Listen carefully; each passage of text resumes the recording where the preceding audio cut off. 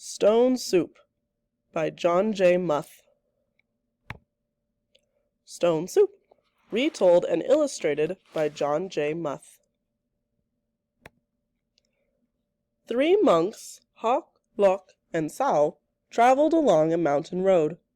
They talked about cat whiskers, the color of the sun, and giving. "What makes one happy, Sow?" asked Hawk, the youngest monk. Old Sow, who was the wisest, said, "Let's find out."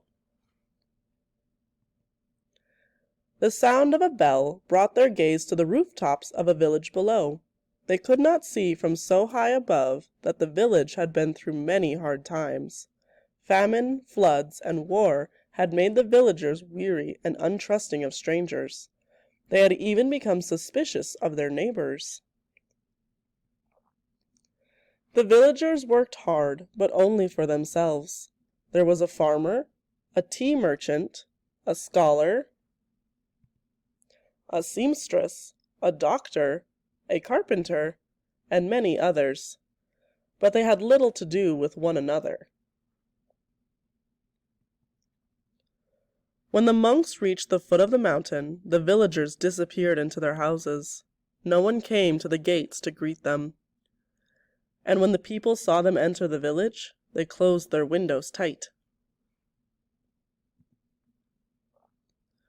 The monks knocked on the door of the first house. There was no answer. Then the house went dark. They knocked on a second door, and the same thing happened. It happened again and again, from one house to the next. "These people do not know happiness," they all agreed. "But today," said Sow, his face bright as the moon, "we will show them how to make stone soup."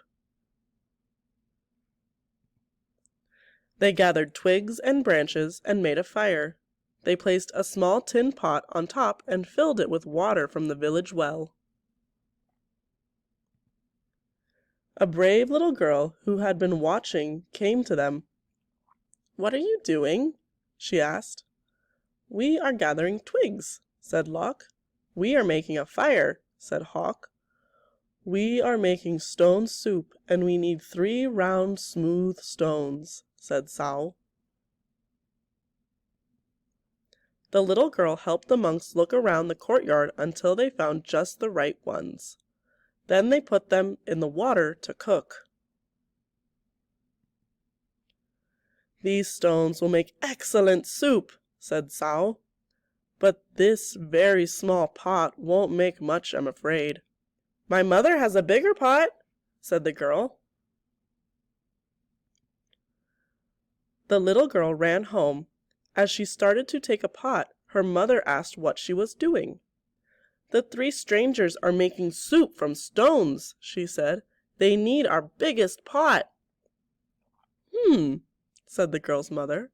"Stones are easy to come by. I'd like to learn how to do that." The monks poked the coals. As smoke drifted up, the neighbors peered out from their windows. The fire and the large pot in the middle of the village was a true curiosity. One by one, the people of the village came out to see just what this stone soup was. "Of course, old-style stone soup should be well seasoned with salt and pepper," said Hawk. "That is true," said Lock, as he stirred the giant pot filled with water and stones. "But we have none." "I have some salt and pepper," said the scholar, his eyes big with curiosity. He disappeared and came back with salt and pepper and even a few other spices. Sow took a taste. "The last time we had soup stones of this size and color, carrots made the broth very sweet." "Carrots?" said a woman from the back. "I may have a few carrots, but just a few." And off she ran. She returned with as many carrots as she could carry and dropped them into the pot. "Do you think it would be better with onions?" asked Hawk. "Oh, yes, maybe an onion would taste great," said a farmer, and he hurried off. He returned in a moment with 5 big onions, and he dropped them into the bubbling soup. "Now that's a fine soup," he said. The villagers all nodded their heads, as the smell was very agreeable. "But if only we had some mushrooms," said Sao, rubbing his chin. Several villagers licked their lips. A few dashed away and returned with fresh mushrooms, noodles, pea pods, and cabbages. Something magical began to happen among the villagers. As each person opened their heart to give, the next person gave even more.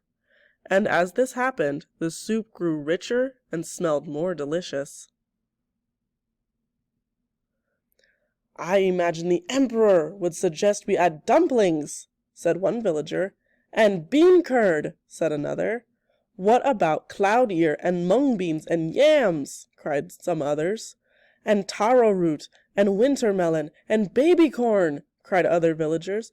"Garlic, ginger root, soy sauce, lily buds." "I have some," people cried out, and off they ran, returning with all they could carry. The monks stirred, and the pot bubbled. How good it smelled! How good it would taste! How giving the villagers had become! At last the soup was ready. The villagers gathered together. They brought rice and steamed buns. They brought lychee nuts and sweet cakes. They brought tea to drink, and they lit lanterns. Everyone sat down to eat. They had not been together for a feast like this for as long as anyone could remember. After the banquet, they told stories, sang songs, and celebrated long into the night.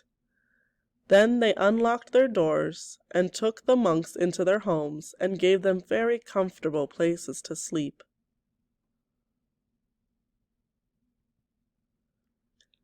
In the gentle spring morning, everyone gathered together near the willows to say farewell.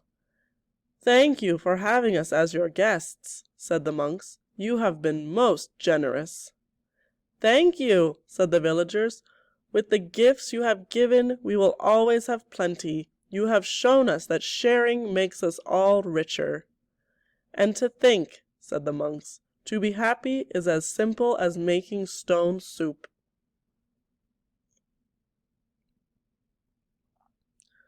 Author's note.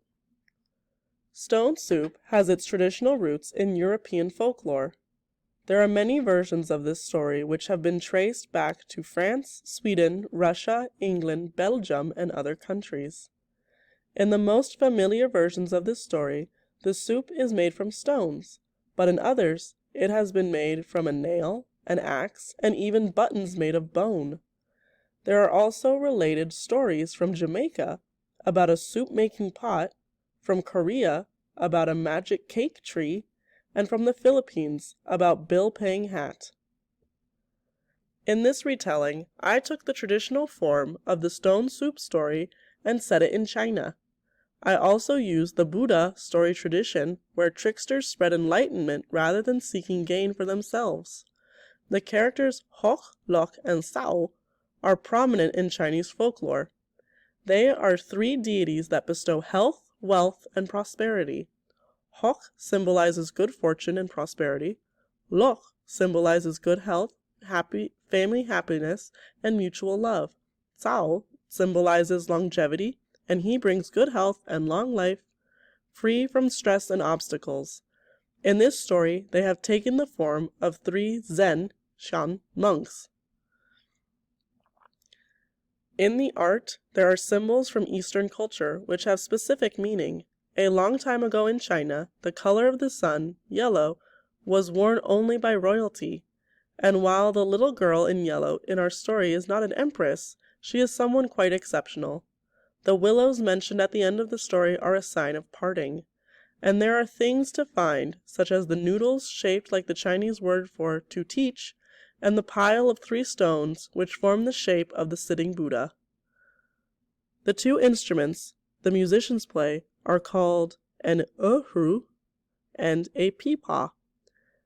The erhu is the one on the right. There have always been Zen poet monks wandering through cloud-embraced mountains, and it seems to me that they have at least